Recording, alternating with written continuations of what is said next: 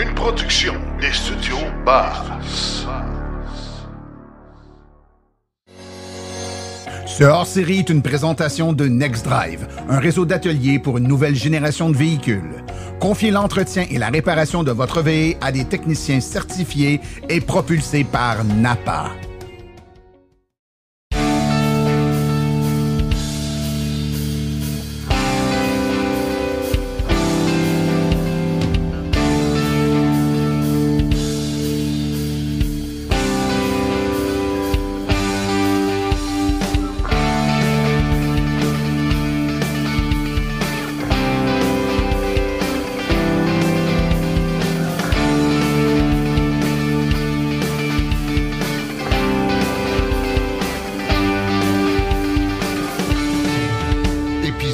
Hors série. Dans les 14 dernières années, on a vu énormément de changements dans le monde de l'électromobilité au Québec. Les voitures électriques ont pris tranquillement leur place sur les routes. On est maintenant habitué d'en voir. L'évolution a fait son chemin. On a des voitures plus performantes, plus intéressantes. Mais l'évolution se fait aussi dans d'autres créneaux. Et un créneau très important et qui va devenir de plus en plus important dans les prochaines années, c'est tout le monde du transport avec des camions lourds électriques.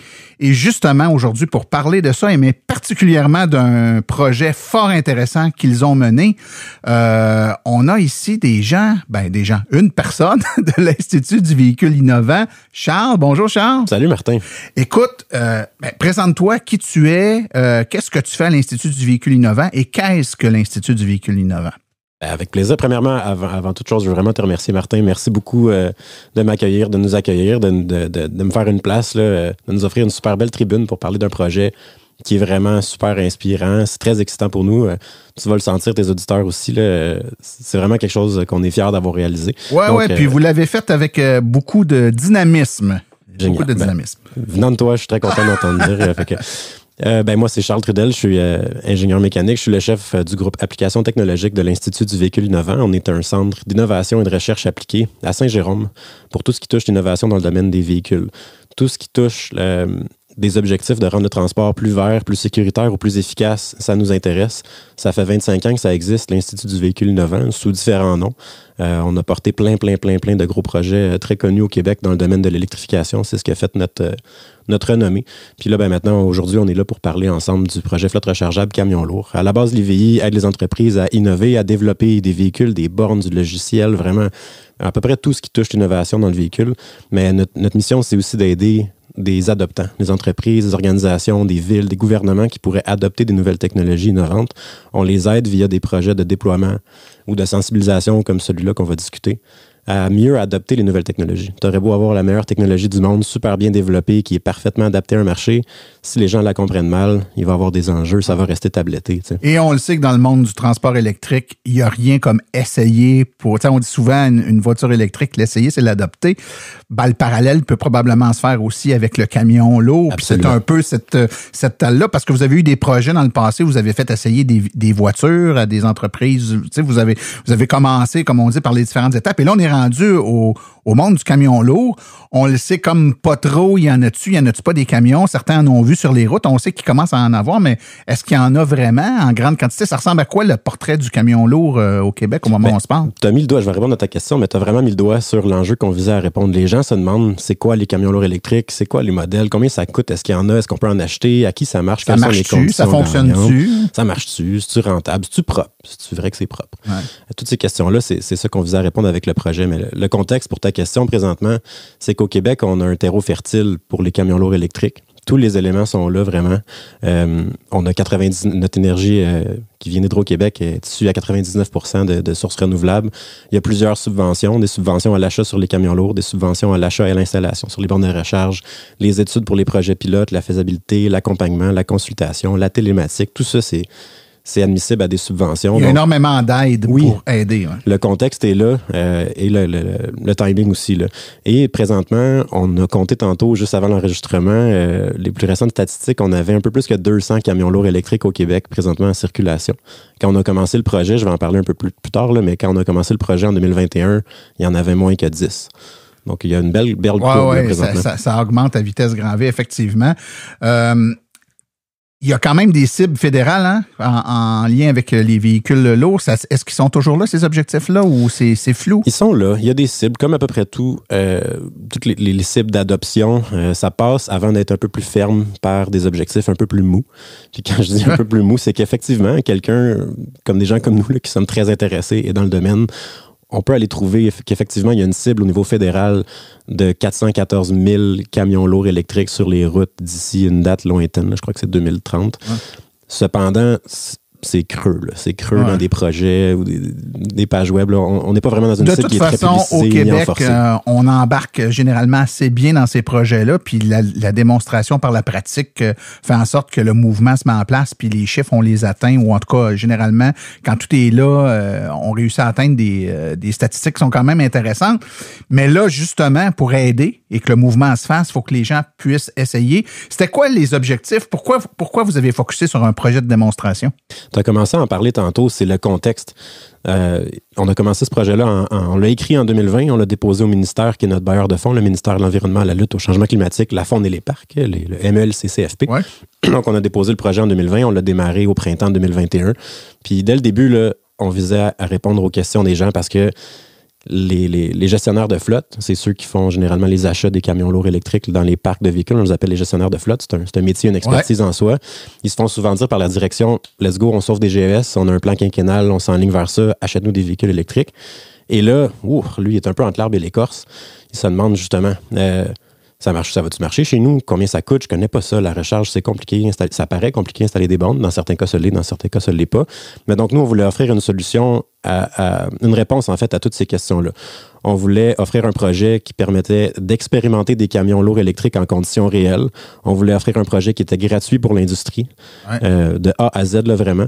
On voulait offrir un contexte qui est neutre, qui est non biaisé. Nous, on est un organisme à but non lucratif. Comme j'ai dit, notre but, là, c'est vraiment d'aider à adopter l'innovation dans toutes sortes de champs d'application de différents véhicules.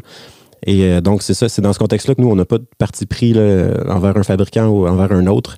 C'est agnostique. C'est ça, exactement. C'est agnostique, c'est neutre, c'est non biaisé, c'est sans risque, sans coût. Et ce qu'on a fait en sorte, c'est de faire, là, c'est de publier une grande source d'information pour beaucoup de gestionnaires de flotte. OK. Donc, vous avez lancé votre projet qui s'appelle Projet Flotte rechargeable camion lourd. C'est un projet qui était en plusieurs phases. Parle-nous premièrement de la phase 1. C'était quoi? C'était quoi l'objectif? Oui, effectivement, il y a eu 3 phases. On les a appelées phase 1, 2, 3. On aurait pu être un peu plus marketing. On est un peu des ingénieurs plates. Là. Ouais, désolé pour ça. Mais donc, phase 1, c'était la phase d'information. Notre structure fait un petit peu comme un entonnoir là, ou un sablier, là, on pourrait dire. Là, on part avec des activités plus simples à organiser avec beaucoup de gens, beaucoup d'entreprises, un grand auditoire. Après ça, tranquillement, on raffine les phases 2, 3. On tombe dans des activités un petit peu plus difficiles à réaliser, un petit peu plus croustillantes, on va en parler, avec un nombre plus restreint de flottes. Mais ce qui est important de retenir, c'est que dans toutes les phases, on a fait recirculer l'information au restant de l'industrie. On a organisé des événements, on a publié des rapports, une page web, etc., pour faire en sorte que les différentes activités publie des résultats qui sont concrets, tangibles pour l'industrie. Donc, la phase 1, c'était une phase qu'on a appelée d'information. On est parti, on a organisé 2 événements, un à Québec, dans un centre de formation en transport routier, un à Mirabel, même chose. Donc, on a visé les deux pôles, là, on pourrait dire. Les deux, le CFTR. Puis, CFTC et CFTR, qui sont des partenaires du projet, d'ailleurs. Là, on les remercie. Donc, il y a eu plus que 80 entreprises qui sont venues assister à ces événements-là, les 2 événements combinés, là, plus que 150 participants. Ça a été 2 journées vraiment incroyables. On était carrément sold out, là, 2 belles journées d'automne. On a eu tous les fabricants de camions qui proposaient des camions électriques étaient réunis. On avait des pistes d'essai, les flottes pouvaient faire l'essai des camions, puis nous, on avait des salles de cours, en fait, où on leur donnait de la formation sur les camions lourds électriques, l'adaptation des opérations, la recharge, les coûts. Qu'ils comprennent un peu mieux ce que c'est. Hein. Exact. Le but, c'était de répondre à toutes leurs questions avec l'expertise qu'on avait là, en 2022 à ce moment-là. Ouais, okay. Et de là, on est parti dans la phase d'analyse, qui est la phase 2. Phase. Exactement. Ouais. La deuxième phase, on a pris donc les 80 transporteurs, on a fait une sélection, des entrevues, un processus assez rigoureux pour aboutir avec 20 transporteurs qui étaient prêts à embarquer dans le projet d'une façon un peu plus engageante. C'était gratuit pour eux, toujours, je le répète. Bon, là, on voulait répondre de façon plus personnalisée pour eux, pour 3 camions dans leur flotte. On voulait répondre aux questions, est-ce que c'est possible d'électrifier? Est-ce que ça va être rentable, principalement? Donc là, il y a plein de sous-questions à ça. On a instrumenté 3 camions dans chacune des 20 entreprises pendant 3 mois. Quand je dis instrumenté, c'est qu'on déployait ce qu'on appelle la télématique. C'est des petits appareils électroniques qu'on met dans un port de diagnostic du camion. Et donc, ça nous permet de récolter des données 24/7 sur pratiquement tout ce que le camion fait, où est-ce qu'il est arrêté, où est-ce qu'il passe, vraiment toutes ses accélérations, l'altitude, le dénivelé. Et on en allait aussi collecter les chargements de chaque trajet, de manière à se construire un algorithme qui est capable de prédire sur chaque trajet observé en camion diesel, qu'est-ce qui serait arrivé si le trajet avait été effectué en camion électrique, pour faire des recommandations personnalisées pour chacune des 20 entreprises. Donc, c'est une projection, une analyse logicielle de ce que ça aurait donné. On comprend que dans une phase plus loin, vous l'avez testé exact. En réel dans le camion, mais avant, vous avez quand même simulé le tout pour vous donner une idée. Puis il y a des affaires, vous allez dire, ah non, ça n'aurait pas marché. Fait que ça sert à rien de faire peut-être avec ça des tests en vrai. Mais ça, là, on pense que oui, ça peut marcher. Exact. Ça, c'est une modélisation. Effectivement, on a été identifier des conditions gagnantes de façon théorique encore à ce point-ci. Et pour éventuellement, dans la phase 3, puis c'est là qu'on va arriver, faire la démonstration. OK. Donc, la phase qui suit la phase d'analyse, donc c'est la phase d'expérimentation. Donc là, pour les entreprises que vous avez retenues, qu'est-ce que vous avez fait pour que ces entreprises-là puissent le faire? Vous leur avez fourni des camions? Ils ont pris ces camions-là? Oui. Ben de un, il faut comprendre aussi que le projet, je ne l'ai pas dit d'entrée de jeu, là, mais on est financé à la hauteur d'1,2 million de dollars. Là. C'est un projet qui a duré pratiquement 4 ans, un peu moins. Okay. Donc, c'est un gros projet. Des fonds. C'est un assez gros projet. Il faut toute chose étant relative. Là. On ne parle pas de la construction d'un pont ici. Là. Ouais. Mais pour un projet de sensibilisation, oui, c'est un assez gros projet. C'est financé par le programme Action Climat du MLCCFP, comme j'ai dit. On a aussi eu Hydro-Québec comme contributeur. Donc, tout ça mis ensemble avec les partenariats qu'on est allé mettre en place avec les fabricants de camions ou les concessionnaires, ça a fait en sorte de rendre ça gratuit pour les fabricants. Okay. Donc oui, pour répondre à ta question, on a carrément prêté des camions lourds électriques de plusieurs marques, plusieurs modèles, je vais y revenir, de façon totalement gratuite à des entreprises pendant 1 mois. On a prêté des camions lourds électriques et une borne de recharge installée chez eux pendant 1 mois pour qu'ils puissent vivre vraiment de A à Z l'expérience concrète, c'est quoi vivre avec un camion électrique dans mes vraies routes, avec mes vrais chargements, mes vrais chauffeurs. OK. Et ce qu'une entreprise X faisait avec le véhicule Y que vous lui aviez prêté, vous les avez orientés là-dedans, dans le sens où, j'essaie de m'expliquer plus clairement, c'est pour une entreprise donnée, vous avez évalué le parcours de plusieurs des camions dans la phase d'analyse préalable. Vous avez probablement identifié un trajet en vous disant, ce chauffeur-là qui prend ce camion-là puis qui fait ce trajet-là tous les jours, je pense que c'est un bon trajet à électrifier. Donc, vous avez déjà orienté l'entreprise sur qu'est-ce qu'elle devrait faire avec le camion que vous lui fournissez. C'est ton camion, ça va remplacer ton camion 22 avec ton chauffeur Maurice qui fait le trajet entre tel point puis tel point tous les jours. Puis c'est sur ce trajet-là que vous allez utiliser le camion électrique. Vous les avez balisés ou vous les avez laissés l'utiliser comme bon leur semble? Un mélange des deux. On avait effectivement ciblé des conditions gagnantes pour les 5 essais avec 5 entreprises différentes, 5 modèles de camions différents. Mais donc, pour le mois, on leur disait, cible la route qu'on a identifiée dans ce qu'on appelait la phase 2, ceux qui m'ont suivi. Cible la route qu'on a identifiée dans la phase 2 pour mettre le camion à l'essai dans la phase 3 pour les 2 premières semaines, grosso modo. Après ça, dans le détail, on a été plus flexible que ça, là. Mais... Et par la suite, pour le restant de l'essai, donc les 2 autres semaines, généralement donc les autres 10 jours de vie avec le camion lourd électrique en entreprise, là ils étaient libres. On les guidait, on les encadrait. Là. Il y avait quand même un certain filet de sécurité, mais c'est là qu'ils pouvaient un peu plus tester les limites. Passer le camion peut-être à d'autres chauffeurs ou faire un atelier pour que tous les chauffeurs de l'entreprise puissent toucher le camion, le comprendre, l'essayer, tout ça. C'est vraiment dans un but de rayonner au maximum puis de faire comprendre au maximum de chauffeurs possible dans l'industrie et au maximum de gestionnaires de flotte les bénéfices de ça, là, vraiment en le vivant. Comme tu l'as dit dès le début, là, les véhicules électriques en général, les camions lourds électriques aussi, c'est vraiment l'essayer qui permet aux gens de comprendre et ultimement de l'adopter. Donc, ceci étant dit, reprenons ça étape par étape. Donc, dans ta phase d'analyse, vous avez donc analysé comment les entreprises que vous aviez ciblées circulent, les routes qu'ils font, tout ça. Est-ce qu'il y a des choses qui sont ressorties là-dedans? Est-ce qu'il y a des faits saillants qui sont sortis de tout ça? Oui, plein, vraiment. Il faut comprendre d'abord les balises du projet, les barrières qu'on a mis à l'entrée.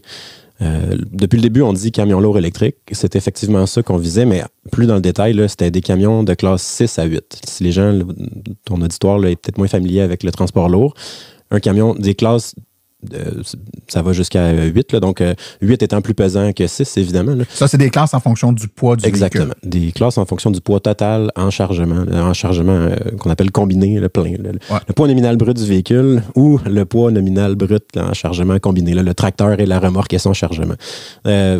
C'est peut-être un peu technique, là, mais imaginons pour un classe 6, peut-être les gens sont plus familiers, le Lion 6 qu'on voit sur les routes beaucoup, là, c'est comme un gros camion de déménagement. Ça, c'est un classe 6. Des fois, ça va être des classes 7. On appelle ça des straight body, des camions droits, là, qui sont des porteurs, des camions porteurs.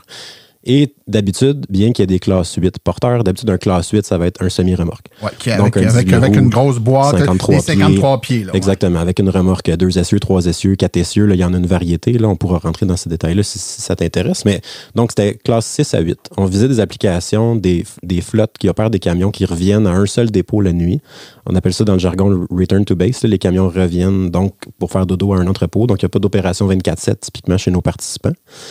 Et on visait aussi des participants qui opèrent dans un rayon d'opération de 160 km et moins autour d'un port d'attache. Okay. Donc, c'est à vol d'oiseau, ce qui fait un diamètre de donc 320 km. C'est assez gros, là. Dis-moi si je vois juste, Charles, là, un exemple de ça, ça pourrait être, par exemple, un magasin de meubles. Donc, qui va livrer des meubles pendant la journée. Donc, si le magasin de meubles a plusieurs succursales, on peut penser que la succursale de Laval livre dans Laval et les environs, donc a un rayon qui est pas trop grand. Les meubles sont pas forcément livrés la nuit, donc le camion de meubles est dans l'entrepôt la nuit, branché, en train de se charger, puis avec des employés qui mettent des meubles dedans pour que le chauffeur puisse partir le lendemain matin. Oui. Donc, le véhicule est la moitié du temps, ou mettons le tiers de sa journée en train de livrer des meubles, puis le 2/3 du temps dans l'entrepôt en train de se charger. Et voilà. Mais là, tu viens de décrire en plus 100% les conditions qui seraient parfaites pour électrifier. Et ça... T'as l'air de connaître ça, Martin. Ouais, peut-être. Peut-être, là. Mais c'est un exemple de return to base. C'est très différent d'un véhicule, par exemple, qui part de Montréal puis qui va livrer des trucs à Toronto. Oui. Ou qui va chercher des fraises en Californie. Exactement. Avec un duo de chauffeurs qui se relayent durant la nuit. Là. On est à l'autre extrême. Donc, on faisait du transport local. Mais ça reste que c'est une proportion très grande de ce qui se fait en termes de transport. Faut pas que les gens pensent que le transport sur nos routes, c'est juste des gens qui roulent pendant 4 jours pour aller livrer leurs affaires. La plupart des camions de livraison, c'est sur des petites distances et c'est des shifts là, ou des périodes de travail qui sont balisées tout à fait normales. Oui, absolument. Notre fameux 160 km de rayon d'opération, là, on l'a pas sorti de notre chapeau, là.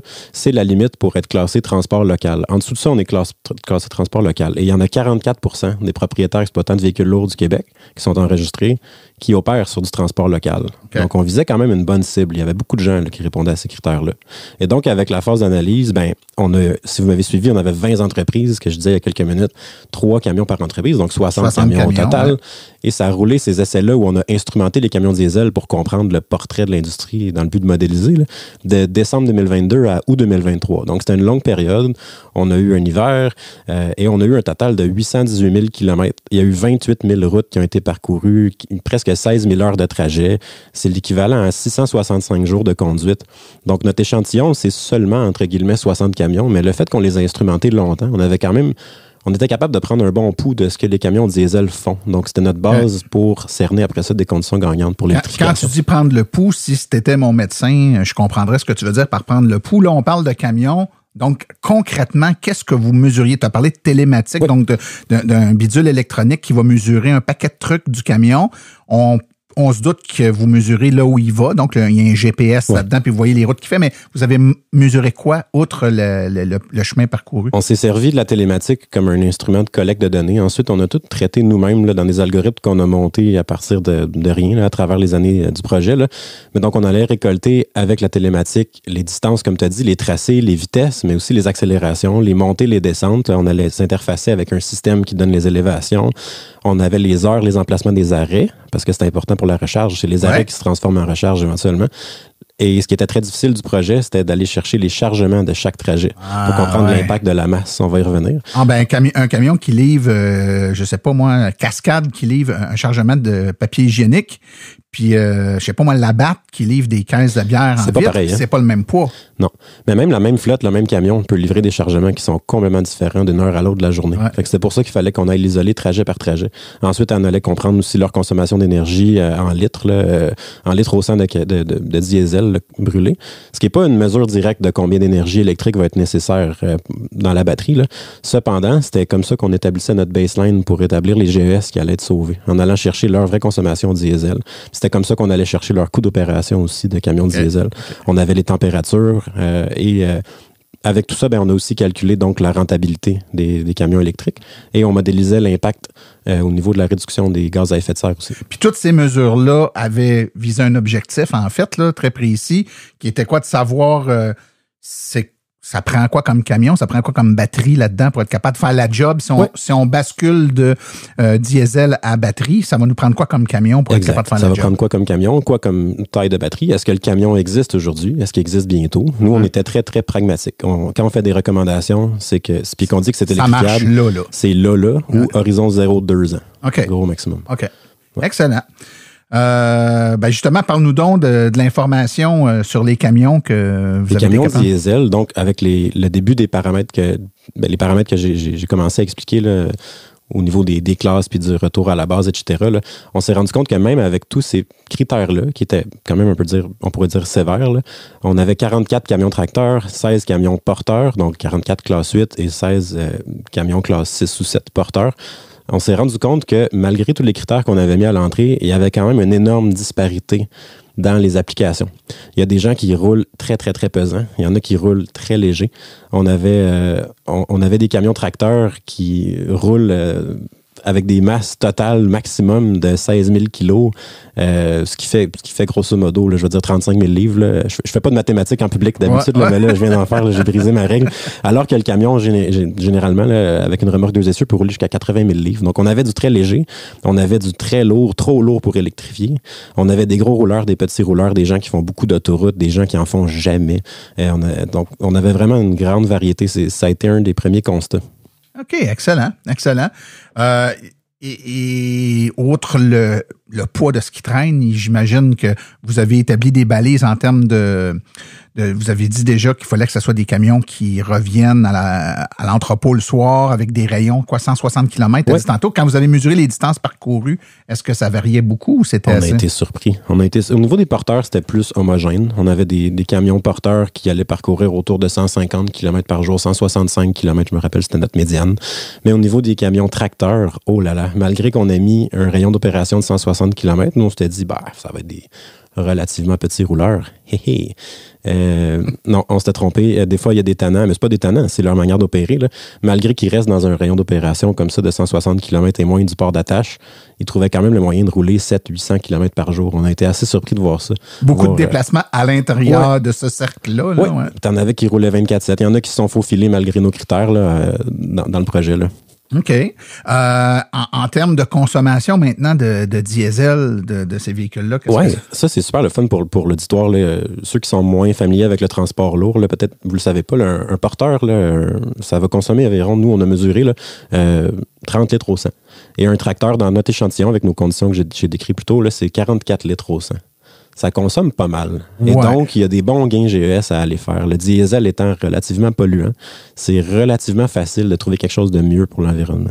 Oui, c'est clair. Et là, on fait abstraction de l'argent, mais tantôt, on va en parler dans la rentabilité. Mais quand tu roules à 44 litres au 100, puis que tu mets, je sais pas combien de centaines de litres, là, je connais pas la grosseur des réservoirs de ces camions-là, faire le plein, ça coûte une beurrée. Ça coûte cher, effectivement. Puis au niveau de l'impact aussi environnemental, quand on se rappelle, chaque litre de diesel brûlé, là, ça émet 2,7 kg de CO2 équivalent.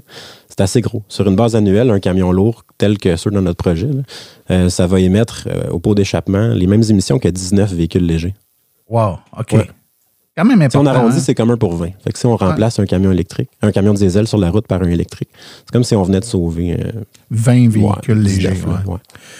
Donc, est-ce qu'on peut parler maintenant de scénarios typiques de consommation que vous avez observés dans le cadre de cette phase-là? Oui, toi, tu as un éditoire technique. On va se permettre une petite incursion dans le domaine technique rapidement. Là. Les porteurs, en fait, un des constats aussi qu'on a fait, là, c'est que on peut pas dire un camion électrique consomme 150 kWh au 100 km. Alors qu'un véhicule léger, personnel, on peut dire, tu sais, avec la mode des petits ou gros SUV actuels, là, tu sais, on sait que les véhicules consomment de je vais dire 15 à 25 kWh au 100, là, mais un camion lourd électrique, l'écart est beaucoup plus gros, qui est basé sur les conditions, vraiment ce qui fait de ces journées. Donc, ça va varier énormément d'une journée à l'autre, d'un chargement à l'autre, d'une condition météorologique à l'autre. Ouais. D'où l'importance de vraiment comprendre ces opérations avant d'aller chez un concessionnaire de camions lourds et dire j'en veux 6, ça marche pour moi. Là. Et d'où de la pertinence de l'étude qu'on a faite d'ailleurs. Là. Donc, tu sais, un camion porteur, là, ça va consommer de 80 à 110 kWh au 100 à peu près. Il y a plein de variables, là, mais grosso modo. Alors qu'un tracteur de 125 kWh au 100 à 225 kWh au 100 km. 225 kWh. C'est du simple au double. Ouais. Ça veut dire que pour faire 500 km, ça prend des batteries qui sont énormes. Là. Oui.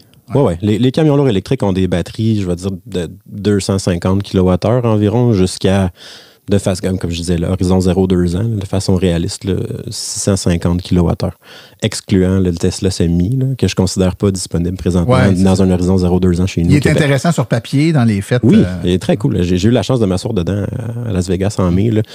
Alors, c'était Expo, c'était vraiment super trippant.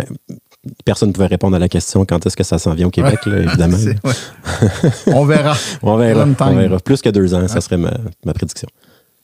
Et donc, les conclusions de la phase d'analyse, quand on regarde tout ça, notre portrait des camions diesel puis nos modélisations, à quoi on arrive? On arrive à, de notre échantillon de camions tracteurs, 27% est électrifiable sans rien changer. Avec des critères assez sévères, là, le camion électrique est capable de faire la même chose que le camion diesel pour 27% de notre échantillon de 44 donc camions tracteurs. Donc, un peu plus que le quart des... Ouais. Après ça, on a appelé ça un feu vert, là, dans ce cas-ci, le 27% de feu vert. Ensuite, on a eu un 15% de feu jaune. Feu jaune, il y aurait une petite adaptation à faire pour rendre ça parfait. L'adaptation à faire, ça pouvait être... et on a attendu que ce soit des gestionnaires de flotte qui nous les suggèrent, les adaptations, pour ne pas se faire accuser de suggérer des choses farfelues. Donc, tu sais, fusionner des petits trajets ensemble pour faire des nouvelles routes. Utiliser un arrêt au dépôt durant la journée pour recharger, ce qui est tout à fait réaliste, hein, mais on ne voulait pas l'imposer aux flottes pour que ça marche. Donc, ça, on a classé ça feu jaune. Sinon, installer une borne chez un client ou encore un arrêt récurrent ou peut-être la recharge publique, on pourra en reparler, ou travailler un deuxième quart de travail en camion diesel. Les gens vont dire, ben là, voyons, l'électrification, ça marche pas si tu utilises un camion diesel pour ton deuxième shift. Ben écoute, tu viens de sauver la moitié de tes émissions quand même. Là, effectivement, c'est une demi-mesure, c'est pas parfait, mais ça classait dans le feu jaune. Et il y a des feux rouges, beaucoup quand même dans notre étude, malgré qu'on avait toutes les conditions gagnantes. Le camion lourd électrique marche à merveille, mais clairement pas pour tout le monde. On avait 58% de feux rouges pour les camions tracteurs classe 8, principalement parce que beaucoup d'opérateurs dans notre échantillon roulaient pesant. Donc, opérait en chargement combiné total au-dessus de 80 000 livres. Et dans le marché, présentement, il y a comme un consensus des fabricants qui pointe vers on n'aime pas trop que les utilisateurs visent des applications au-dessus de 80 000 livres. Et donc, on a classé ça feu rouge quand nos participants chargeaient trop pesant. Ou encore, pour la même raison, il était trop pesant, ça demandait trop d'énergie carrément par rapport aux batteries qui sont disponibles aujourd'hui. OK. Donc, le potentiel est là, mais vous avez clairement balisé, voici ce qui se fait right away, feu vert. Voici ce qui demande légère adaptation, pas trop contraignante, mais qui demande quand même un certain ajustement. Ça, c'est feu jaune. Puis le reste est dans feu rouge. Donc, la partie qui est vert et jaune, ça totalise combien à peu près? Ben pour les camions tracteurs, la partie qui est vert et jaune, là, ça va ressembler à peu près à un peu moins que 75%. Donc, malgré notre échantillon qui vraiment cernait déjà à la base des conditions gagnantes, malgré ça, il faut encore trouver des routes gagnantes. T'sais, donc, c'est le propos principal. Notre conclusion principale, c'est que ça marche à merveille, mais l'enjeu, c'est de trouver les bonnes routes. Okay. Mais une fois que le travail est bien compris, c'est pas trop compliqué de le faire. Mais je voudrais revenir aussi sur les camions porteurs, par contre, parce que pour eux, c'est plus positif. Tu sais, comme le Lion 6, ou encore le Peterbilt 220 EV. Il n'y a pas que Lion là, qui fait des porteurs électriques. Là. Pour ça marche mieux quand même. Ça marche mieux dans le sens pour une plus grande variété de participants. On avait 56% de feu vert là, sur notre échantillon, qui était plus petit par contre de 16 camions, mais quand même, on avait une meilleure proportion de feu vert. Puis si on rajoute les feux jaunes, qui est à peu près 25%, ça veut dire que 80% des porteurs c'est envisageable. Là. Tout à fait. Oui, c'est ça. Les gens qui se demandent, c'est parce que Martin et moi, devant nous, on a du visuel. Là, on a des graphiques qu'on avait sortis dans notre analyse qui sont d'ailleurs publics. Là. On va en parler plus tard, mais il y a ce qu'on appelle un rapport synthèse là, qui est disponible sur le web. Là. C'est ça qu'on a devant les yeux. Excellent. Donc, Charles, une fois qu'on a dit ça, c'est bien beau de dire que ça peut le faire. Logistiquement, on peut s'organiser, tout ça, mais ça revient toujours à la même affaire. C'est comme pour les autos, oui, mais ça va coûter combien, tout ça. Donc, est-ce que c'est rentable? Je pense que c'est l'autre étape que dans votre analyse, vous deviez faire, c'est on est capable de le faire, on tombe pas en panne, on est capable de livrer notre marchandise, mais à quel prix? Oui. Et moi, personnellement, j'ai été tellement surpris, mais agréablement, là, de voir dès les premiers mois du projet, quand on s'est mis à calculer ça, on s'est dit, on tient quelque chose. Ça vaut la peine de se lever chaque matin pour travailler, pour sensibiliser l'industrie aux camions lourds électriques.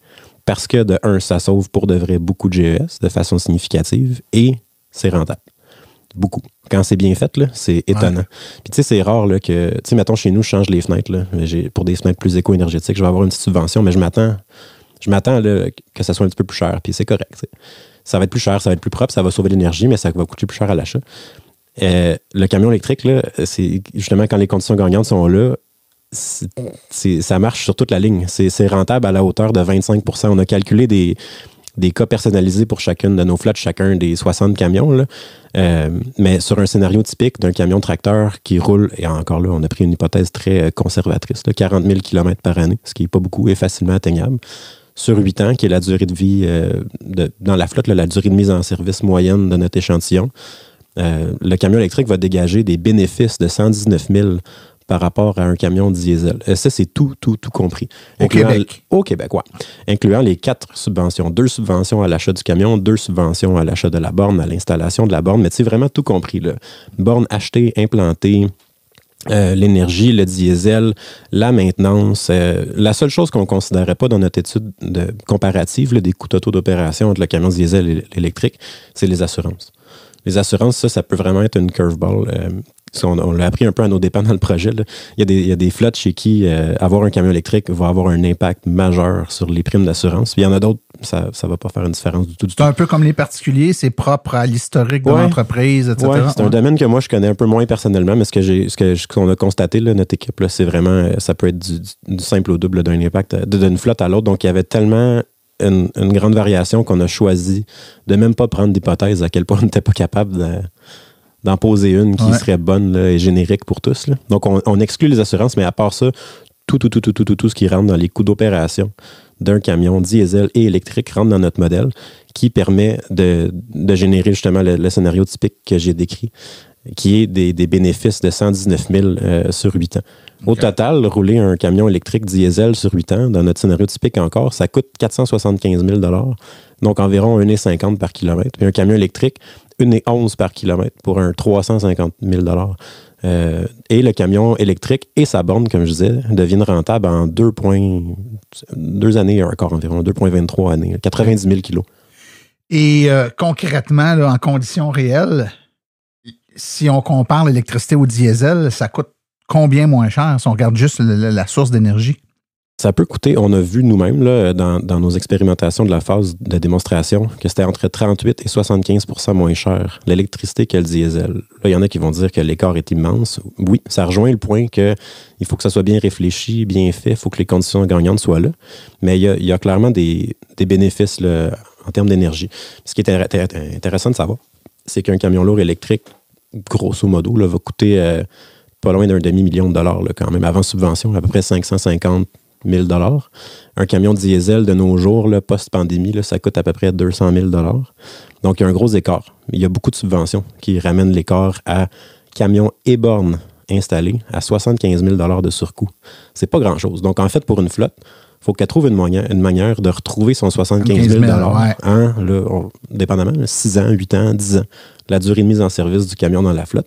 Et à partir du moment où ça c'est fait, ben là, le but du jeu, c'est de rouler le camion le plus longtemps possible, le plus de kilométrage possible, parce que c'est là qu'on génère des bénéfices financiers. Et des GES toujours. Ça, oui. Fait qu'on a touché la logistique, on a touché les coûts. Si on parle maintenant du côté environnemental, parce que plusieurs vont dire « Ouais, c'est bien beau, mais... » La grosse batterie, c'est pas une source de pollution, ça, au final. La source Oui, non. C'est la grosse batterie est une source de pollution. Oui, c'est indéniable. Ce qui l'est encore plus, toutefois, c'est chaque litre de diesel qui est brûlé. Oui, c'est que le diesel est tellement sale que, comme je disais tantôt, c'est relativement facile de trouver une meilleure option. Donc, c'est ça, on a monté nous-mêmes notre propre modèle là, d'analyse de cycle de vie pour comprendre l'impact environnemental de la fabrication du camion électrique, après ça de son utilisation, puis de sa mise au rancor, puis de comparer tout ça, vraiment des pommes avec le camion diesel. Donc, la fabrication du camion lourd électrique, ça demande environ, ça va générer environ 25% plus de pollution. Donc, on part un peu avec une strike. Tu sais, le camion, quand il arrive en service jour 1, il est plus polluant que le camion diesel. Par contre, ça prend vraiment pas une longue durée en service avant qu'il devienne plus propre, étant donné que le diesel est très sale. On parle de 3 à 12 mois pour toute notre échantillon. Wow, c'est vite là, quand même, hein? Oui, vraiment. C'est plus vite que la voiture, en fait. Oui, c'est beaucoup plus vite que la voiture. Une des raisons principales étant la consommation qui est très élevée. Tantôt, je parlais de 44 litres au 100. Donc, ça va très vite. Puis, en général, donc, tout compris, le camion lourd électrique sur toute sa vie, là, incluant sa fabrication, son utilisation, sa mise au rancor, ça va être 7 fois moins polluant qu'un tracteur, un camion lourd tracteur diesel. Puis un porteur, ça va être 5 fois moins polluant. Tous les camions modélisés dans le projet devenaient plus propres. Donc, malgré qu'ils ont tous une grosse batterie polluante, entre guillemets, ils devenaient tous plus propres, même ceux pour lesquels ça ne marchait pas d'électrifier. Là. OK. On l'a dit tantôt, Charles, que tu avais des véhicules qui avaient des cargaisons relativement légères, d'autres beaucoup plus pesantes, et il y avait différents types de transports qui étaient utilisés dans différents contextes et que ça avait un impact qui était grand. Qu'est-ce que vous avez observé concrètement à ce niveau-là lors de votre analyse? On a divisé nos participants et les camions du projet, les 60 camions du projet, là, par application. L'application qui marche le mieux, c'est sans surprise la marchandise sèche. Dans des opérations qu'on appelle LTL, Less Than Truckload, le camion il va être rempli à moins que sa capacité, avec des chargements qui viennent de différents clients, peut-être des routes dynamiques. Donc ça marche bien. On avait grosso modo la moitié de nos participants qui faisaient ça, pour lesquels l'électrification fonctionnerait bien. Encore plus quand ces participants-là opéraient sur ce qu'on appelle du transport pendulaire, là, c'est qu'ils vont voyager d'un point A au point B, revenir au point A, retourner au point B, sur une base continue, peut-être des fois 24/7, sur typiquement des petits trajets. Ça, c'est le scénario parfait pour électrifier. On avait aussi des plus gros, par contre, qui transportaient du vrac, qui transportaient dans le domaine de la foresterie, là, des arbres. Là. Ça, malheureusement, pour l'électrique, là, aujourd'hui, ça fonctionne absolument pas. On a calculé que il y a des camions qui demandaient sur une base quotidienne, là, 6 fois plus d'énergie que ce qu'une batterie des camions 2024 peut contenir. Là. Donc, il a fallu qu'on dise à des gens, clairement pas. Là. Par contre, ce qu'on voit, c'est que ça laisse une place pour d'autres énergies. Donc, peut-être il y aura un projet similaire à ça, mais un jour, avec l'hydrogène ou le gaz naturel renouvelable, on verra. OK. Donc, certains types d'applications qui ont un potentiel plus grand, marchandises sèches, routes pendulaires, peut-être un peu le transport réfrigéré, tout dépendant du contexte. C'est ça, exactement. Transport réfrigéré, on l'avait classé feu jaune. De un, ça rajoute du poids. Les gens vont vouloir avoir des remorques qui sont isolées. Et ensuite, l'équipement pour réfrigérer la remorque pèse un certain poids. Puis dans le domaine du transport là, on est toujours limité par le chargement maximum. Donc, chaque fois qu'on met quelque chose qui est nécessaire au fonctionnement du camion, on peut penser à des batteries ou à des unités de réfrigération, ben ça nous enlève un certain budget de kilogrammes qu'on peut mettre dans le camion. Oui. C'est comme si le camion est déjà surpesant, donc on peut mettre moins de stock dedans. Oui, on a appelé ça, nous, une pénalité de poids, là, qui est c'est un terme maison, là, disons, mais c'est pas officiel. Il y a des compagnies d'assurance qui font ça aussi pour des assurances-vie, mais c'est un autre, c'est un autre sujet. Fort de ce qu'on vient de dire, Charles, donc, il y a plein de paramètres et là, on peut donc commencer à établir une espèce de liste de ce qui est plus facile à électrifier. Ouais. Donc, votre analyse vous a permis de dire, voici notre spot gagnant. Là, si on va là-dedans, ça va être plus facile. Les conditions gagnantes, si quelqu'un écoute les paramètres qui suivent et se dit, hey, j'ai des camions qui font ça, on peut électrifier là, les yeux fermés. Là. Ça va très, très, très, très, très probablement être un énorme succès. Nos critères sont cibler 200 km par jour. Et là, c'est pas un maximum, c'est une cible. Donc, autour de 200 km par jour, c'est un kilométrage qui respecte bien les capacités des batteries actuelles. C'est un kilométrage qu'on est capable d'atteindre sur une base quotidienne toute l'année, été comme hiver. Puis c'est un kilométrage qui permet de dégager beaucoup de bénéfices. C'est sûr que rouler 15 km par jour, ça serait facile, mais c'est pas là qu'on va aller générer des gains en GES. Comme la voiture, d'ailleurs. Les gens qui disent, si tu rentables une auto électrique pour moi, je fais 5000 km par année. Ben, à 5000 km par année, il n'y a aucune voiture qui va être rentable pour toi. Ça n'a aucun sens. Je les achète tous des bons espadrilles. Ouais. Tu comprends? Mais c'est la même chose avec le transport de marchandises. Donc, à 200, tu es assez pour que ça soit rentable, mais pas trop pour avoir les désagréments. Ouais, okay, exactement. Alors, ça fait que là, tu as 200 km par jour. Ensuite, retour au dépôt la nuit. Ça, c'était notre critère d'entrée dans le projet, comme on a dit plus tôt. Ensuite, boîte sèche, on appelle, là, pas d'accessoires, pas de ce qu'on appelle un PTO, un Power Take-Off, qui va alimenter des accessoires hydrauliques ou des choses un peu plus funky sur le camion. Donc, on parle d'un camion un peu plus basic, là, pas de réfrigération, boîte sèche. Un autre critère qu'on avait, c'était un seul quart de travail par jour pour être capable d'utiliser l'autre portion de la journée pour la recharge peu puissante. Peu puissante, quand on parle d'un camion lourd, ça reste quand même autour de 50 kW. Là. C'est puissant pour un véhicule léger, mais ça ne l'est pas pour un camion lourd. Parce que travailler 2 quarts de travail par jour, ben, ça se fait, mais ça va te prendre une borne de recharge qui est plus puissante, qui va coûter plus cher. Plus de logistique, plus de tout. Et donc, ce n'est pas une condition gagnante ou facilitante, on va dire ça comme ça. Donc, un seul quart de travail par jour. Transporter des charges légères. On parle de 20 000 livres au moins de chargement pour des tracteurs classe 8. Et limiter les trajets à vitesse d'autoroute. On va en parler plus tard, mais on a observé que à vitesse d'autoroute, effectivement, comme n'importe quel autre véhicule, dû principalement aux forces aérodynamiques, on consomme plus. Donc, un scénario urbain, périurbain, conditions fluides, c'est vraiment là que les camions électriques se démarquent le plus. OK. Excellent.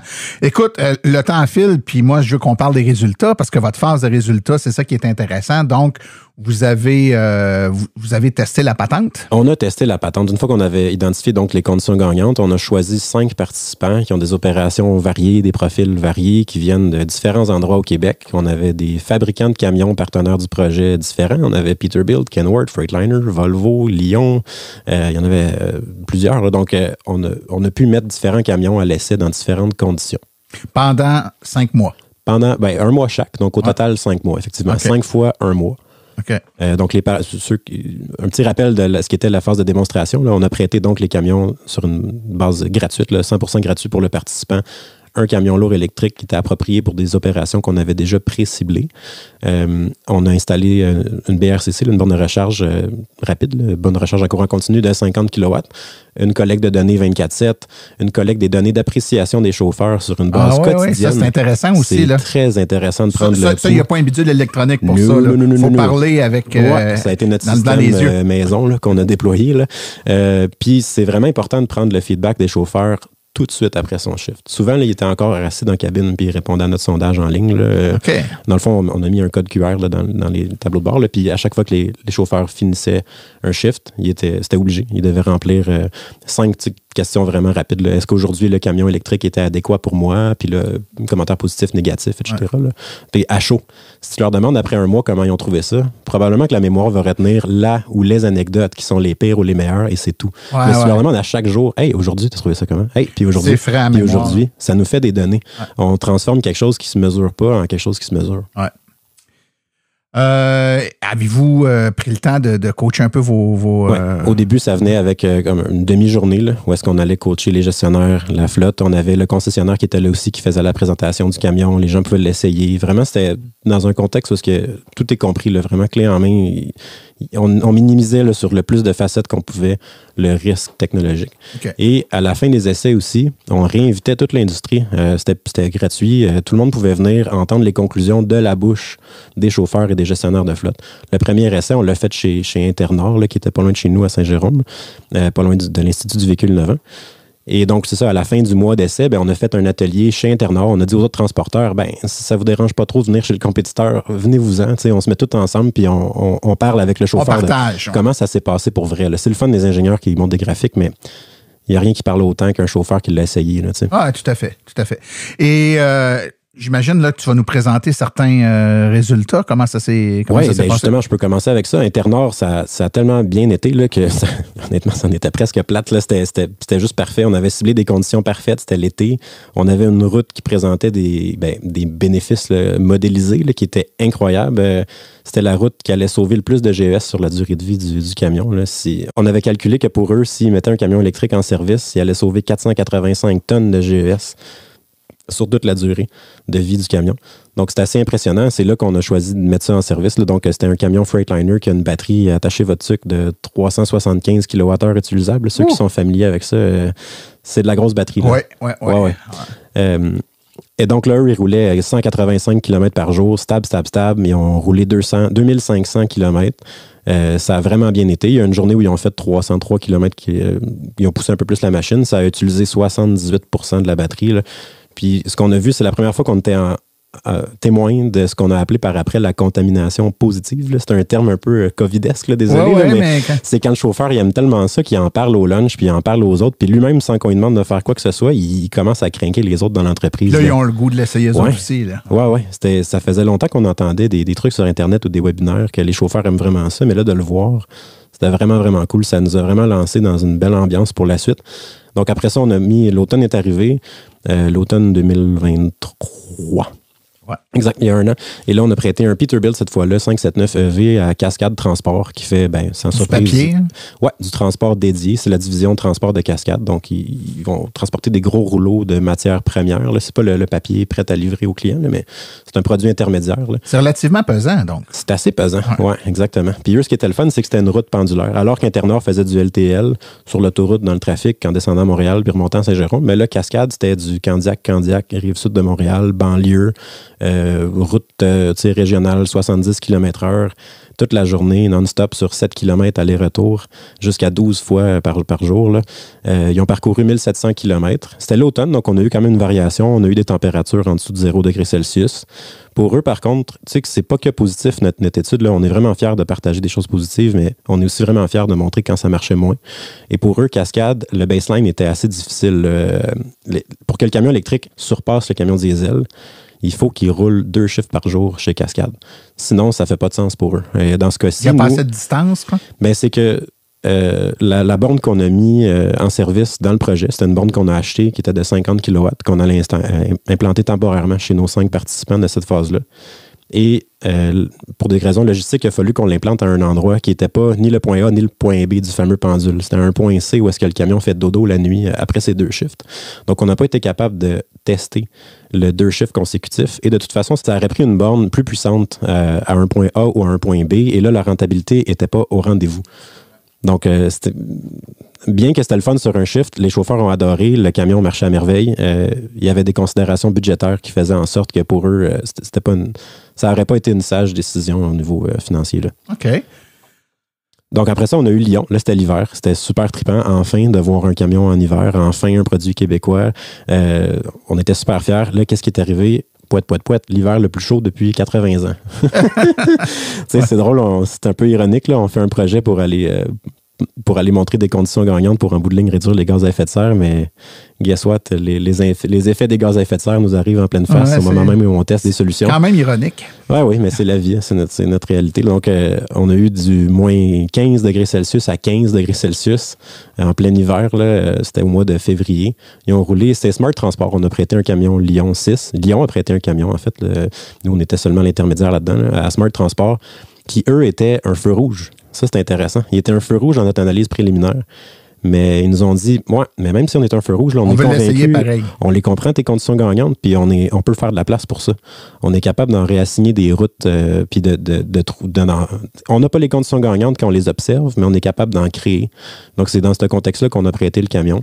Et ça a été vraiment un succès. Eux, ils font du LTL, un peu comme Internord, avec un camion donc porteur. Ils livrent le jour même, ils réassignent les routes sur le fly, là, vraiment en direct. Ça a tellement bien été qu'après, ils ont acheté un camion Lyon. Ils ont acheté une borne similaire à celle qu'on avait prêtée. Ils ont dit, regarde, pas plus compliqué que ça. On a aimé ça, nos chauffeurs ont aimé ça, même en hiver.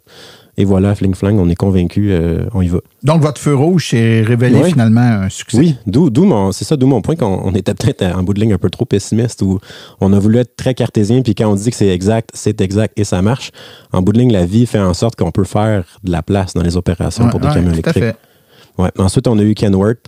On a eu un camion Kenworth tracteur là, qui s'appelle le T680E qu'on a prêté à Sleeman, l'entrepôt. La bière. La bière Sleeman, oui, exactement. Sleeman Breweries, qui est l'entrepôt de distribution qui est à Anjou, à Montréal. Donc, eux, ils livrent de la bière dans des dépanneurs, dans des commerces, dans des restaurants au centre-ville, dans des conditions de trafic, mais aussi dans des dépanneurs style à Repentigny à 5 heures du matin, où est-ce que l'absence de bruit du camion a été très, très, très remarquée et appréciée. Ouais. Là, surprise, il y a eu des clients, je sais pas, là, mais on s'est fait rapporter une histoire parce que un propriétaire de dépanneur a rappelé Sleeman pour dire « Hey, il est arrivé quoi avec le camion lourd électrique? Là? Pourquoi il n'est plus là, à la fin de l'essai? » On aimait ça. Oui, c'est ça. C'est le fun, le petit quartier résidentiel de Bungalow à Repentigny qui ne se fait pas réveiller par la livraison de bière. Là, ça a vraiment bien été chez Sleeman aussi. C'était un contexte donc, de livraison peut-être un peu plus pesante là, de breuvage.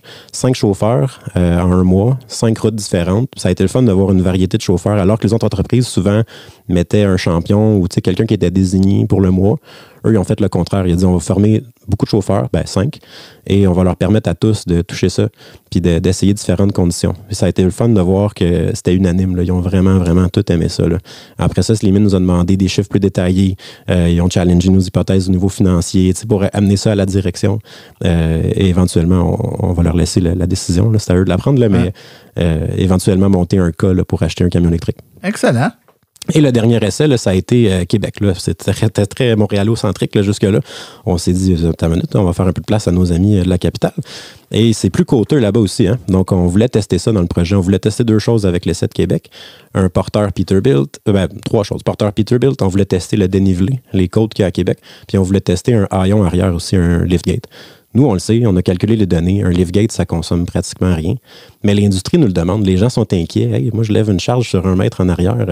Ça va-tu consommer beaucoup de batterie? La réponse, c'est non.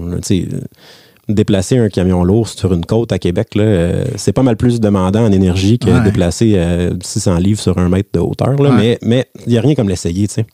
Donc, on a mis ça à l'essai et effectivement, on s'est rendu compte que non, ça consomme absolument. C'est négligeable, l'effet du liftgate. Et l'effet des côtes aussi va un peu dans le même sens. C'est pas négligeable, mais il n'y a pas d'impact majeur d'avoir des côtes sur un trajet de camion électrique. Donc ça, c'était super encourageant. Encore là, ça a bien été. Le VAS ont bien apprécié. Le camion a été surpris de l'autonomie réelle qu'il était capable d'aller chercher. On va en parler plus tard, mais l'autonomie réelle, tu es capable de dépasser celle que le manufacturier te donne. Hein. Ah ouais? C'est pas comme un iPhone où tu le déballes puis tu as l'impression qu'il te manque des heures d'autonomie là, par rapport à... Ouais, non, c'est ça. Les camions lourds électriques, c'est pas mal plus réaliste, les chiffres qu'ils donnent. Okay. C'est à chargement souvent à 75% chargé ou en termes de poids, là, qui vont aller mesurer l'autonomie. Donc, le chiffre qu'ils te donnent, il est réaliste. Tu peux même le dépasser en été, là, relativement facilement. À regarder, et ça, c'était vos 5 tests, Charles, à tester ça dans des conditions différentes, avec des types de chargement différents, avec des contextes là, totalement différents, même des saisons différentes. Vous avez été capable, j'imagine, de voir c'est quoi les critères qui ont de l'impact. Si tu parlais tantôt de côte, de vent, le froid, le poids du camion. C'est quoi tes critères là, donc qui ont le plus d'impact? Oui, on les a mis en ordre. Ben de un, là, avant que je rentre dans l'ordre, là, ce qui est important de savoir, c'est que peu importe le véhicule, le chauffeur, l'opérateur, là, il y a vraiment un grand rôle. C'est une variable, hein? Oui. Et on l'a vu. Là, on en a eu des chauffeurs qui aimaient moins la technologie dans le projet. Puis ça surconsomme. Là. Ça va surconsommer de 30%. Là. Fait qu'on c'est dans cet ordre-là. C'est important, Charles, ce que tu dis. C'est parce qu'ils ne traitent pas. Ah ouais, il y a moyen. Il y a une affaire avec qui surconsomme ou c'est parce qu'ils surconsomment qu'ils n'aiment pas? Non, c'est plus A. La réponse A. Ouais. Il y a moyen de conduire un camion négatif, pour que ça marche pas. Donc, une conduite agressive. Donc, ça exactement. Ça accélération, freinage brusque. C'est pas d'anticipation, pas d'utilisation du freinage régénératif. Donc, en gros, quand tu fais pas un... Il s'aide pas. C'est ça. On en a vu des comme ça. Là. Pas beaucoup, mais on en a vu. Puis, il va en avoir en entreprise. Hein. C'est important de former les chauffeurs. Donc, pour les variables qui sont comme... qui sont pas génériques là, pour tous les véhicules. Donc, si on exclut le chauffeur, la variable numéro 1 à surveiller, c'est la masse. Dans un camion lourd électrique, le chargement qu'on met va avoir un énorme impact sur la consommation et donc l'autonomie. Partir plein, revenir vide, il n'y aura pas la même consommation. Transporter des vêtements ou transporter des caisses de bière, ça fait une grosse différence. Il y a des entreprises qui font les deux. Hein. Fait que c'est ça, c'est de cerner les bonnes routes. Ensuite, en deuxième, c'est la température. On va y revenir. Et en troisième, la vitesse, qui est surprenamment pas plus élevé que ça, là, et le dénivelé en 4e position. Donc, masse, température, vitesse, dénivelé. OK. Bon, tu vois, j'aurais mis le dénivelé peut-être plus haut. Moi aussi, je l'aurais mis plus haut. Mais écoute, les chiffres ne mentent pas. La masse, on va en parler rapidement. Le camion lourd électrique est plus pesant que le camion lourd diesel. Pour un camion tracteur, on les a pesés nous-mêmes. Pas qu'on croyait pas les spécifications des manufacturiers, mais pour être sûr. Puis tu vois, des fois, il y a des petits écarts. On n'en parle pas plus, mais donc 1800 kilos de plus que pèse un tracteur électrique par rapport à un tracteur diesel. Donc, on perd comme un 8% de payload à cause de ça. Étant donné qu'on est maximisé, on a comme une limite maximum là, sur la route quand on tire une remorque 2 essieux 80 000 livres. Si on vient avoir un peu une pénalité de 1800 kilos, ben on perd de la capacité de chargement et donc un peu de la business. Il y a beaucoup de business qui marche à la quantité de marchandises livrées. Là. Mais malgré ça, nous, ça n'a pas été un enjeu du tout dans les 5 essais parce qu'on avait ciblé des opérations où est-ce que la remorque, elle est pleine en volume plutôt qu'en masse. Tu sais, le cas pour expliquer ça, ça serait une remorque qui transporte, disons, de la terre. Là. Ils vont charger ça au voyage. Tu sais, il faut que le camion soit plein en termes de masse. Là, on ne ciblait pas ça ici. Là. Tu sais, du LTL, là, c'est des colis, c'est des articles pour des commerces. Là. La remorque est pleine en volume avant la masse, donc il n'y a pas eu d'impact chez nous là, dans nos essais. Puis le porteur, lui, va peser 1500 kilos de plus que le diesel. Et là, ça se reflète un peu plus parce que les masses étant toutes proportionnellement plus petites sur un porteur, on va perdre à peu près le quart du payload. Là. Donc là, il faut y penser comme ça. Oui, c'est plus important. L'impact de la température, ensuite, on a eu beaucoup de belles données là, récoltées. On a des graphiques, là, ceux qui veulent aller voir ça sur notre site web, flotterechargeable.ca, vous pourrez voir ça. En passant, on va leur donner tantôt, mais dans les références du podcast, il y a un hyperlien qui vous mène directement au rapport duquel sont tirées là, les analyses qu'on fait actuellement. Là. Donc, tout est là avec des graphiques, des informations. Donc, dans les références du podcast, il y a un hyperlien qui vous permet d'y aller directement. Voilà, rapport synthèse, mais aussi tout le détail, ceux qui veulent aller plus creux vraiment dans chacun de nos participants. Là, il y a du fun à se faire, quelqu'un qui veut aller chercher des données. Oui, c'est très bien fait. Relativement poussé. Là, donc, soyez avertis. Là, c'est peut-être pas des lectures de chevet, là, mais bref, on espère quand même que ça servira à l'industrie ou à quiconque est intéressé. Là. Donc, l'impact de la température, vu qu'on a roulé plusieurs camions sur un an, là, à peu près, là, quand tu regardes, pas de façon continue, là, mais nos opérations là, se sont étalées sur plus qu'un an et on a des collaborateurs aussi qui sont des opérateurs qui ont des camions lourds électriques au Québec, qui n'étaient pas dans le projet comme participants, mais qui nous ont donné accès à leurs données. Et donc, on a été capable de faire des graphiques où est-ce qu'on voit la fluctuation de l'autonomie sur l'année. Puis là, c'est tantôt ce que je disais, là, qu'on est capable de dépasser l'autonomie du fabricant en été. C'est vraiment surprenant, agréablement surprenant, de voir que notre moyenne de consommation en été, c'est 103 % de l'autonomie du fabricant. Donc, c'est relativement facile d'aller dépasser l'autonomie du fabricant en été. Par contre, en hiver, au Québec, watch out. Alors que pendant le 2/3 du projet, à peu près, on s'attendait à des pertes d'autonomie moindres sur un camion que sur un véhicule léger, là, pour plein de raisons. C'est ce que l'industrie nous disait. Mais on a mesuré, nous, une moyenne de moins 34 % sur l'autonomie en hiver. Quand tu regardes vraiment la période calendaire de l'hiver, là, les pires mois, c'est comme pour les véhicules électriques légers, là, janvier, février. Tu vas avoir 5 à 10 journées par année où tu vas perdre de l'ordre de 40-45 % d'autonomie, ce qu'on a mesuré nous-mêmes. Mais en moyenne, tu as un 34 % de perte pour l'hiver. OK. C'est quand même, ça se trouve être... c'est pas négligeable. C'est non négligeable. Il faut juste en tenir compte. Là, au moins, on donne les chiffres. Ça ne sera pas une surprise pour personne. On espère que ça ne sera jamais une surprise qu'une fois que le camion est en service, que le gestionnaire de flotte se rend compte qu'il y a moins d'autonomie en hiver qu'en été. On espère que les gens sont sensibilisés assez pour ça. Mais donc, oui, il faut en tenir compte. C'est pas un deal breaker, mais il faut assurément en tenir compte. Rapidement, tes deux autres critères qui étaient la vitesse et le dénivelé. Oui, la vitesse et le dénivelé, comme j'ai dit, c'est les 3e, 4e variables en termes d'importance. La vitesse, les conditions optimales, c'est des routes régionales, urbaines fluides, on a appelé là, 45 à 50 km/h. Sur l'autoroute, on a une surconsommation un peu, mais le pire, c'est vraiment, contrairement à ce qu'on aurait pensé, là, des trajets lents dans le trafic. Le camion lourd, il y a des systèmes assez intenses là, et énergivores, là, juste pour le garder allumé, puis en condition, puis tout tempéré, etc. Là. Donc, on a une consommation assez grande là, quand on roule dans le trafic là, de 0 à 15 km/h. Là. Ouais. Donc, c'est vraiment ciblé des routes régionales qui serait le mieux. Là. Et le dénivelé, finalement, comme j'ai dit, on a mesuré Québec versus Montréal, qui sont, il y a à peu près, grosso modo, 2 fois plus de côtes là, en termes de mètres par kilomètre là, à Québec, là, si on rentre dans le technique. Là. Puis il y a un impact, là, je veux dire, de 3 à 8 % de nos chiffres là, sur les tracteurs électriques. Donc, de rouler, de perte d'autonomie, en fait, entre beaucoup de côtes et pas de côtes, ce qui n'est pas si pire. Excellent. Et là, une fois que les entreprises utilisent des camions, ils font leur journée de travail, elles ont toutes dû charger leur véhicule pendant la nuit parce que c'était le modèle lequel tu as parlé. Est-ce qu'il y a eu des différences, des fluctuations, des trucs notables par rapport à la recharge? Oui, tout le monde nous demande, ça prend combien de temps à charger un camion électrique?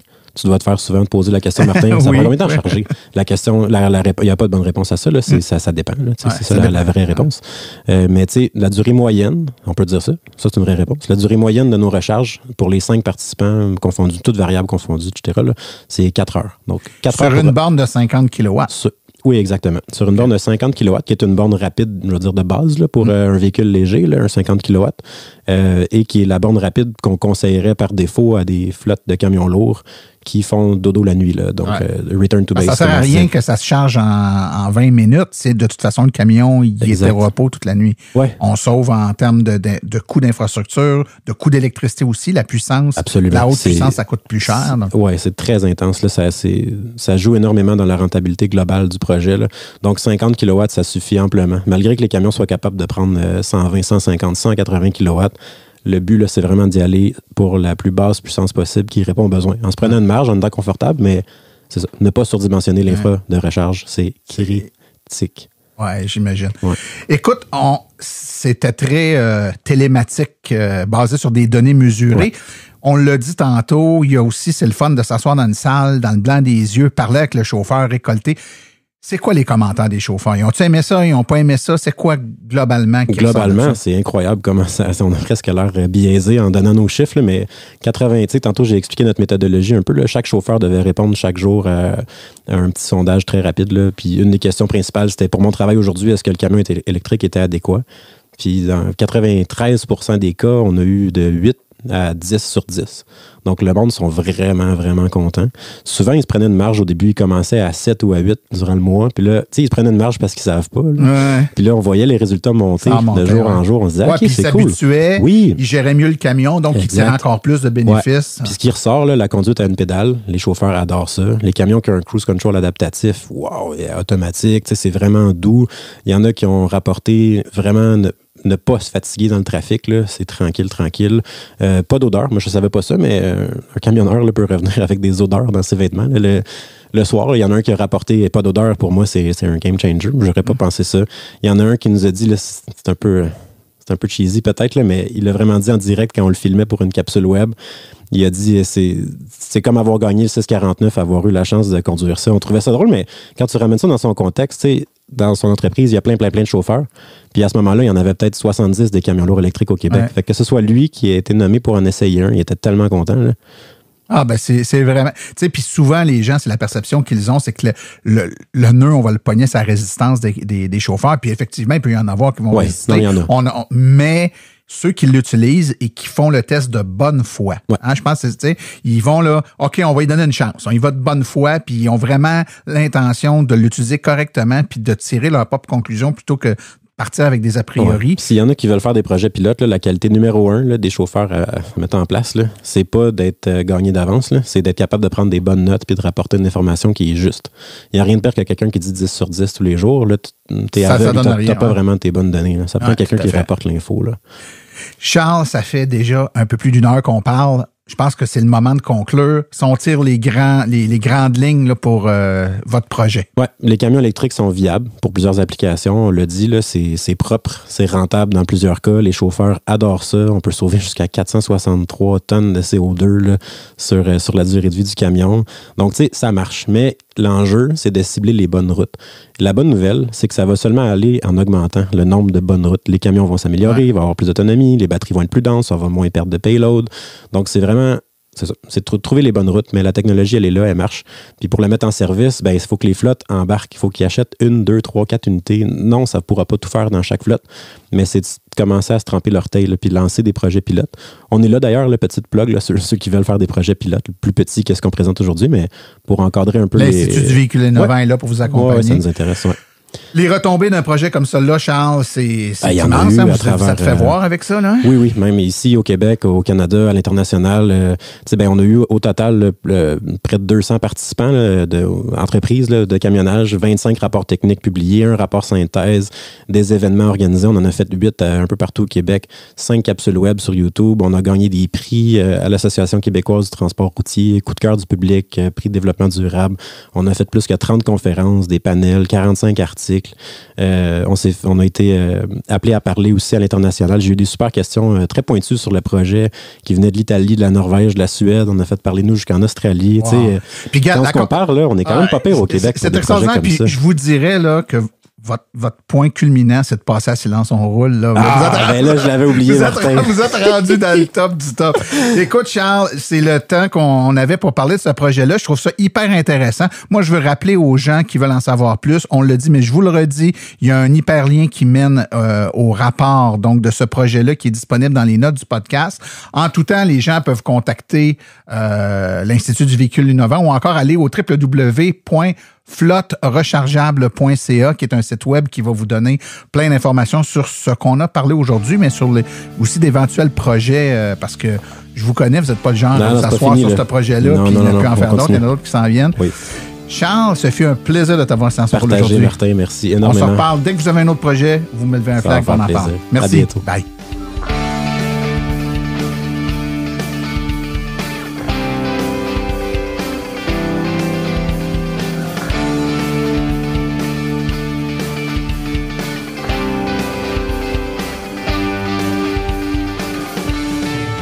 Épisode hors série.